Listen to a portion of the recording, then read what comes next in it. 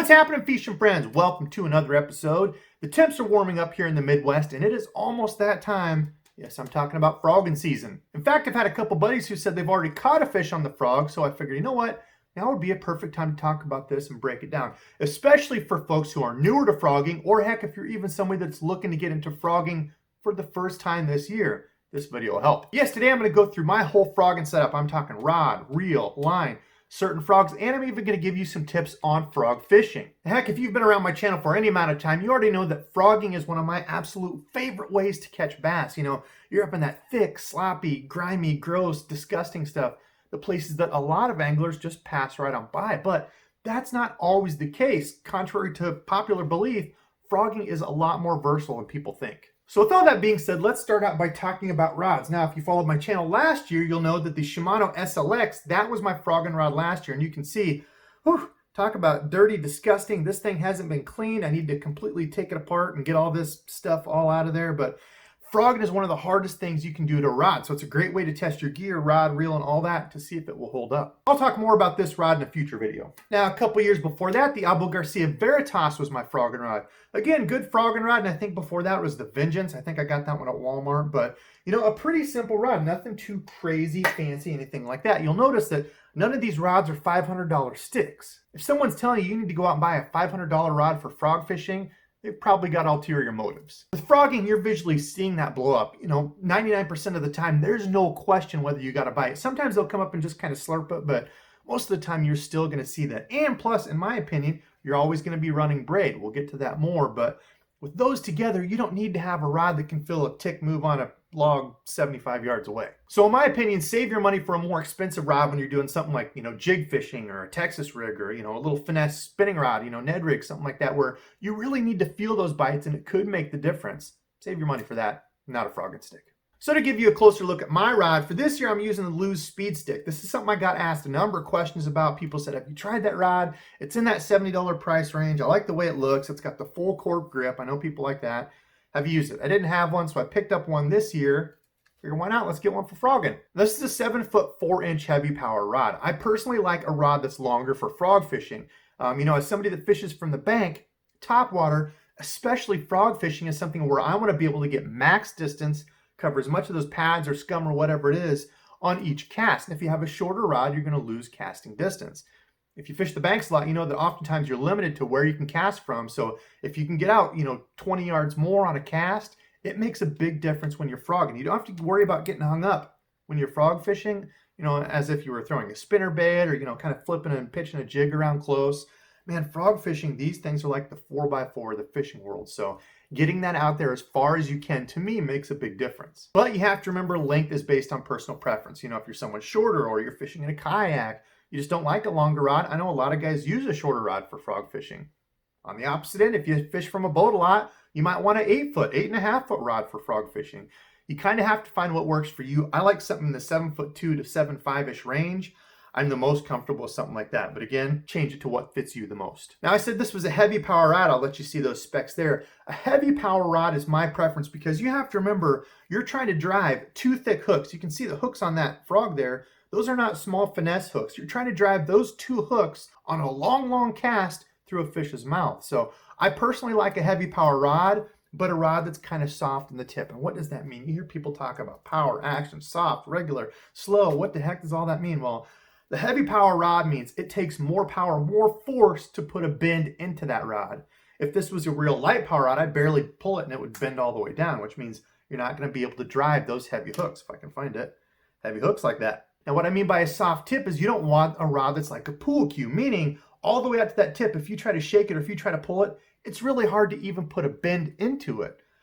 A rod that's got a softer tip, when you go to back cast on that, it's going to bend at that tip and allow you to cast that frog a long way. If it's super stiff, like an extra fast action rod, it's not going to have any tip bend and you're going to have a heck of a time casting a frog, especially a lighter frog. Now, somebody that just shared a video with me recently, Real Stories, I'll link his video down below. He goes a little bit different. He goes a little bit smaller frog and fishes it on a medium heavy power rod earlier in the year. So I checked out his video. Very interesting. Again, he's a lover of the frog fishing. Frogs possessed and it's got a mind of its own. Anyway, I'll link his video down below. Good information, a totally different take than me. And I always urge you all to look up different videos. I'm not the be-all end-all. Just because what I'm saying doesn't mean it's the only right way. There's multiple ways. Look up different videos on it. Try to find what you think is going to work best for you and go from there. Now, a nice thing about a lot of the less expensive rods is they're generally going to be a little bit softer overall. You know, once you start paying a little bit more, you get a lighter rod, a crisper rod, might have a, more specific action. But a lot of the, just kind of generic rods, a 7.5 foot medium heavy or 7 foot heavy, whatever it is, a lot of the less expensive rods are going to kind of have a little bit softer backbone to it. So I think this rod's going to do pretty well. We're going to see. We're going to put it to the test. The only other thing I don't like is micro guides on a rod. Once you start getting slime and slop, especially if you have a real tiny eyelet at the end, you get any of it on there, you can literally get that stuck. I've had it happen, especially when that cotton comes out in the water. It gets all stuck on the braid. It can be a headache, and your tip gets jammed when you get a fish. And if you can't reel it in, there's a good chance you're going to lose that fish. Okay, the next part of the system, the line. I'm a firm believer in braid. I've heard people doing other things. I mean, when you're frog fishing, when to stop and go, you need to have something that floats. So that's going to be either a mono, maybe some copolymers, or braid. I don't want any stretch. When you're making a super long cast and you've got two big, huge, thick hooks like that you're trying to get through that fish's mouth, if you've got stretch, you're going to miss fish. Heck, there are guys that are even they're crankbait fishing, going over braid to a leader just so they don't have as much stretch. When you have a soft cranking stick, you don't need mono. They're already getting better hookups on little tiny treble hooks. Imagine what it's going to be like if you're trying to drive a frog like that with super stretchy mono. Again, there's a number of ways to do it, but in my opinion, I'm sticking to braid all the time. Now, what size braid? Well, I've used 40 before. I honestly won't go below 50. I honestly don't go below 65. If I'm fishing a real small frog on a medium heavy setup, I'm walking it, you can do that. I'll drop down to a medium heavy, 50 pound. I don't go below that. I broke fish on 40 pound braid. I know it sounds crazy, but I've had it happen. I would just rather have the extra insurance, maybe lose a little bit of casting difference. There's not that much difference between 50 and 65 pound braid. I'd rather have that little extra insurance knowing that I have 65 pound braid and sling it out there on that. Especially as a bank angler, I don't have the liberty of getting in my expensive trolling motor and getting it over there and unhooking the fish out if it gets stuck somewhere. I've got one chance. I'm hitting that fish as hard as I can, and I'm winching it in. Imagine poor little Tommy fell down the well, and I'm winching to get him back up. I'm going until I get that kid back up here with this. I ain't stopping halfway and thinking about tea and crumpets. I'm hitting that fish and getting him back to me as soon as I can. So that just means I don't have to worry about, playing the fish or drag or anything like that. I'm locking my drag down. I'm getting them in quick. So when it comes to brands, in my opinion, the best value brand out there that I've had the best luck with is this Daiwa J braid, the four carrier braid. I've tried the 9. It's a little bit smoother, or 8, whatever it is. I didn't like it as much. I like the 4 carrier. I've not had issues with it. It's very reasonably priced. Suffix 832, I used that a couple years ago. It worked really well for me. This is the 80 pound that I use on my musky rod. I really like that. It casts well. It doesn't seem to knot up or get stuck or anything. Suffix 832 is another good one. You could go with the regular Power Pro. I know a lot of folks use that. I like the slick stuff on my spinning rods, but you could go that. Or I got some of this to try when Gander was going out of business. I got some of this Yozuri braid. This is in 65 pound. I've been using some of their Top Knot, and I really like the fluorocarbon, so I picked that up. I think I got it for like $2 for the whole pack of it. 150 yards, can't beat that. But yeah, Daiwa J braid's what I've been using. There's a number of brands out there. Find what you like. Find the feel that you like. Some of them feel just a little bit different. But yeah, 65 pound is what I stick to. Again, if you're fishing a smaller frog, don't feel bad about dropping down to 50 pound, even on a medium heavy rod if you're fishing around a lot of open stuff. You don't need a super heavy rod to get them out if you're fishing mainly open water. All right, next up is the reel. Go figure, there's even debate about this. Do you want an extremely fast reel or do you want something a little slower? I've used both. My favorite, this is like my favorite all-around speed. This is my old Lew's Speed Spool, LFS. That's a 7.5 to 1. The 7 speed, like a 7.5 like this, is my favorite all around. This is like a 5, maybe it's 6 years old now, 5 years old, I think, something like that. But this was my frogging rod for the longest time. And look, take care of your gear, and that baby still sounds really, really good. This is a 7.5 to 1, and I liked it a lot. I've gone with the higher speed stuff, and I have noticed that once you get really, really high speed, it does feel like you lose just a little bit of power. A lot of people talk about like engines in a car, your different gears. If you're trying to get up a hill in a real high gear, you're going to have trouble, right? You don't have as much torque, as much power. Whereas if you go with a lower gear ratio, it's going to be more like a tow truck, right? Might not go as fast, but you can winch anything out of there. So it's kind of up to you all. For example, I tested this. That's a 6.6 to 1. This is the Abu Garcia Revo X. This was my frog rod last year. That's only a 6.6 to 1. Not a fast reel, and I didn't have any issues with it. Well, I did pop off this and bent the handle. That's a different story. We'll talk about that in the review. But anyway, I didn't have any issues with the slower gear reel, a slower reel at all. I didn't really notice a big difference. So in my opinion, the speed is up to you. You can go, you know, with an 8-to-1 if you want. You can go with a 6-6 if you want. Again, kind of depends on your personal preference and what you like. So what do you look for in characteristics of a reel? Well, frog fishing, jig fishing, Texas rig, anything where you're setting the hook hard. People ask me opinions on reels all the time, and I say if you're doing anything like that, try to go up to something that has an aluminum frame and a side plate if you can. A lot of times you don't find that. Aluminum frame is the biggest thing. If you try to go with an all graphite reel and you're hitting fish hard with frogs, jigs, Texas rigs, you're really swinging on them. There's a good chance you're going to get some misalignment where that carbon or the graphite between the frame and the side plate, it starts to kind of get all willy-nilly, and then you'll notice like weird grinding sounds, kind of screechy sounds. Like I said, frogging and those type of things are really, really hard on a reel. So look for an aluminum framed reel. I've had better luck that way. It's going to last you better in the long run. I mean, there's a bunch of them at $100. The Lew's LFS Speed Spool, that was a great reel for me for a long time that I used for frog fishing. The SLX, the Revo X. I mean, there's a ton of different options.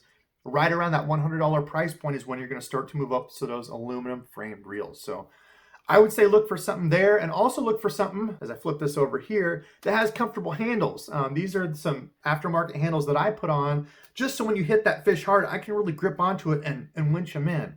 There's some that are a little bit slicker, you know, kind of tiny knobs.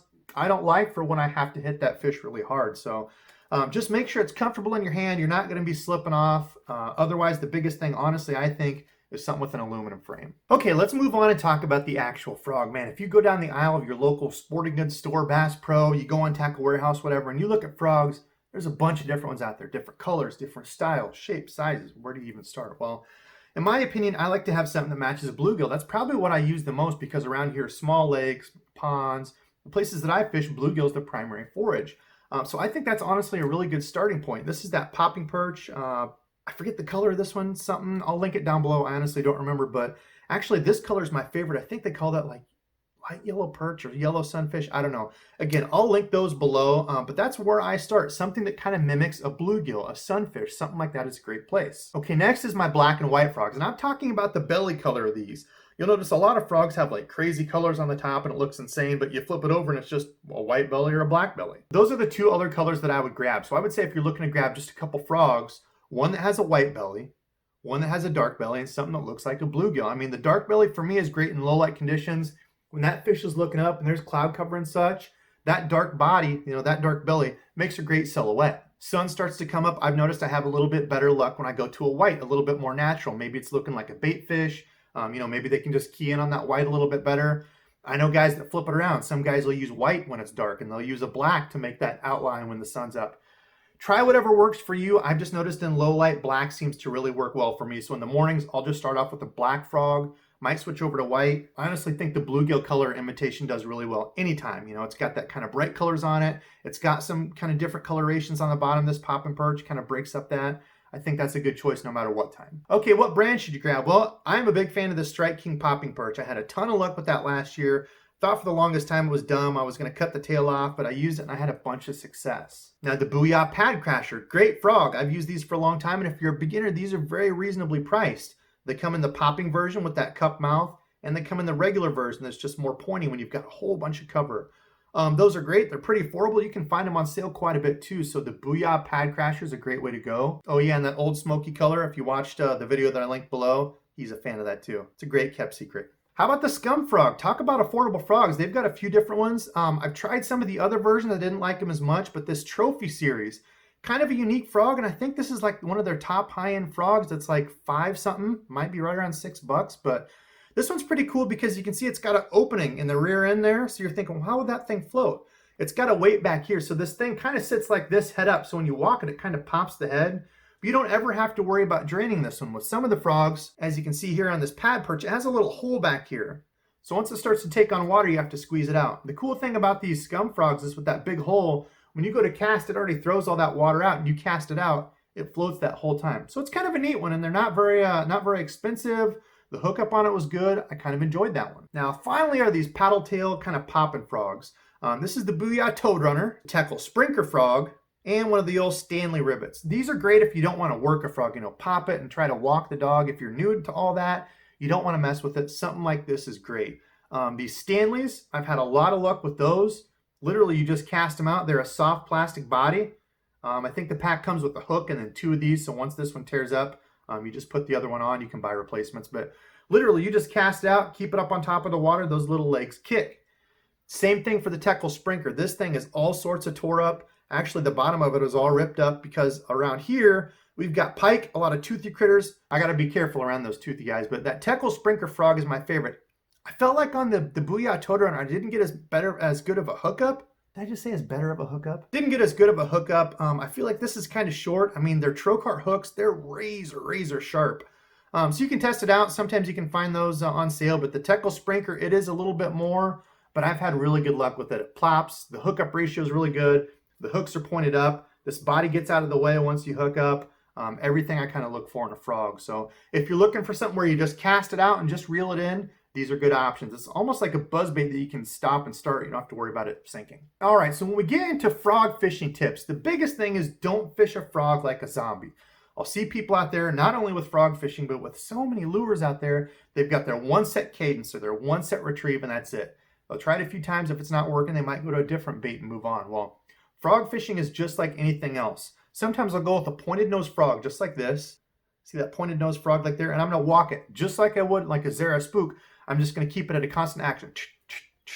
And I'm not going to stop it. Sometimes if I get by something, like a piece of brush, I might slow it down. And then as I get to go away from it, speed it up, trying to get that fish to react. A great example of that, I was out one day, a huge pad mat. Me and another gentleman were fishing. He was there. He was fishing it real slow. Said he had any bites. No, nothing at all. Slow morning, stinks.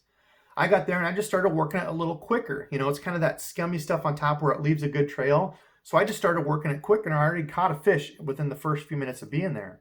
I had more blow-ups. He'd come over, we got talking. I said, no, man, I'm just working it a little bit quicker. Sure enough, he started working it quicker through that and we both started getting bites. So it might not always be the lure or the lure color. So many times it's the retrieve. Last year I had multiple bites on this popping perch, working isolated pieces of wood and cover, bushes, lay down trees. When you've got a bunch of open water and there's one isolated tree or brush pile right there, there is such a good chance you're going to have a fish on it. And the nice part about this popping perch is you can just pop it, boom, and just leave it there, boom, boom, and go real slow. You can aggravate that fish and to come up into biting. And I had, I don't know how many bites on that last year, working this slow. As soon as I get around those brush piles and such, slowing it way down and waiting. That's a great way to use the frog. My second biggest tip is don't wait for all sorts of sludge and gross stuff, and you have to have mats and lily pads and that kind of stuff to throw a frog.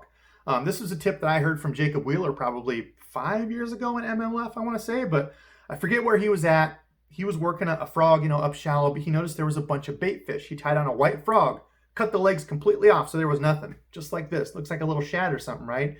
And he started tearing them up on that. A frog with no legs. He was literally just walking it like you would, a Zara spook or any walking bait, and tore up on it. But he could still take this over wood, any sort of limbs, anything like that without getting stuck. You can't do that with a lure that has treble hooks on it. So don't be afraid to throw a frog along grass lines, in open water, by wood and laydowns or whatever. You can use it just like a walking bait, but again, it's got that weedless ability so you can take it anywhere. Okay, my third tip for fishing the frog, the hook set and timing. So I've seen a lot of guys, when you're using heavy line, heavy rod, this isn't a finesse application. You're swinging as hard as you can on that fish. I know it might seem kind of weird, but you're swinging like every single one of those is a trophy. When you make a real long cast, you'd be surprised how hard you actually have to set that to get that penetration. So swing for the fences on the frog. Don't try to gently just pull into it. Swing and try to get a good hook set. When do you do that hook set? Well, I've personally stopped, some people say count a second. Some people say as soon as you hear it, hit go because it either has it or it doesn't. I've noticed that if I pull that out, I try to set the hook and that fish has missed it and I swing as hard as I can and pull it out of there, there's a good chance that fish might not come back. I might be able to follow up and get it, but I've noticed when I throw that out there and I see that blow up, if I just reel down just a little bit to feel that fish, that's when I swing. So I'm kind of in the mindset of after you see that blow up, wait just a little bit for that fish. Either try to feel it on there or just count a second or so and set that hook. Again, I know some people that will advise against that. As soon as you see the blow up, set the hook. I've personally had more luck when I see that blow up come up and I wait just a second and I'll just barely feel just a tip of my line. Boom, I'm setting that hook. Because if he doesn't, once you train yourself and you see that blow up and you see the frog where he missed it, if you leave it there and kill it and don't do anything and give it that light little twitch, there's a good chance that fish will come back and eat it, because a lot of times they're coming up to hit that prey, whatever it is, frog, bluegill, they're coming up to kind of hit it and tail slap it to try and kill it. And then once they see it up there all like messed up and such, that's when they come up and eat it. So if you see that blow up right away and swing that out of there, there's a good chance you might scare it and not get that fish again. So, all right, fishing friends, that's going to do it for tonight. I hope this helped. There's going to be more frogging videos coming from me. Again, this is one of my favorite things to do. So more tips, you know, kind of what I do to the frog while I'm out fishing it. We're going to go over all that once we get out on the water with it. But I wanted to go over my rod, reel, line, and some of the frogs that I use for a lot of you folks that are just getting into it. Hopefully this will all help you when you go decide what you're looking to pick up for frogging. Now comment below and let me know, is there anything you would do different? Do you like a different type of rod, a different reel? I was thinking about getting a different reel for frogging this year. What do you think? Should I get something different? I always like hearing from all of you. It's fun to go back and forth and talk about frogging with anyone. But that's going to do it for me. Tonight's subscribed fishing friend is BC Fishing. Thank you very much for watching, sir. You're one of the OGs that remembered the fine wood, pitch to wood. I still catch myself saying that when I'm flipping and pitching, but thank you everybody else who continues to watch and support the channel. It does really mean a lot to me. So everybody stay out there, stay safe, keep watching. Until next time.